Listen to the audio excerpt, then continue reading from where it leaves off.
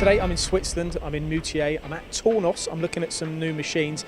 Now I've got to say before I start this, I think we brought the English weather with us. You can hear the thunder cracking outside, you can hear the rain on the roof, but that's not going to stop me telling you all about this machine.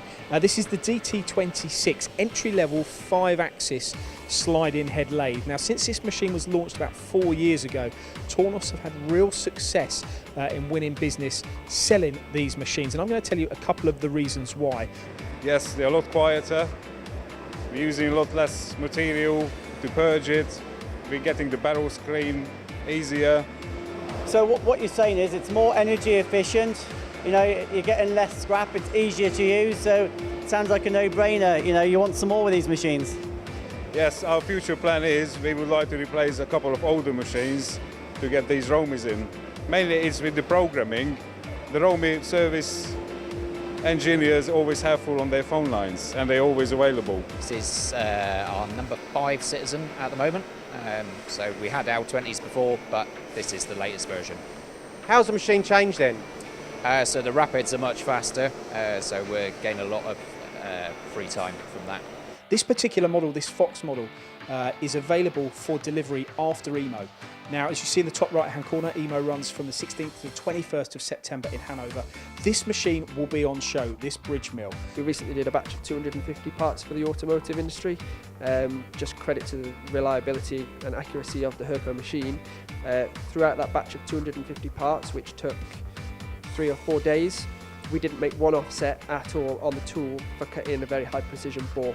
We have just finished setting the third job on the machine, so we've only had the machine about 6 months, and there's been no issues at all, just straight on it, straight on the working. Now you said fast in terms of spindle speed and tool change chip to chip. Spindle speed, 15,000 RPM, tool change time, we reckon it's quicker than what they've stated. We reckon it's about 2 seconds maximum to change a tool in this machine. Why is it so important that end users embrace automation, in your opinion? People are going that way now. What they're trying to do is take away the labour from the operator, you know, loading that machine up. Take that away so we can concentrate on more important things. It's not about getting rid of that person. It's about making them available to do other parts inside that factory. Wow, so it's a big, heavy, robust machine. And Greg, I know we've got a turning version behind as well. Yeah, so that's so you can get a component off complete with the turning option on the machine.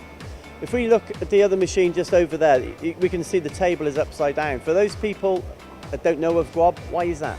It's a unique system to us, and it's for swarf evacuation. Gets the swarf away from the cutting area. Swarf's everybody's enemy.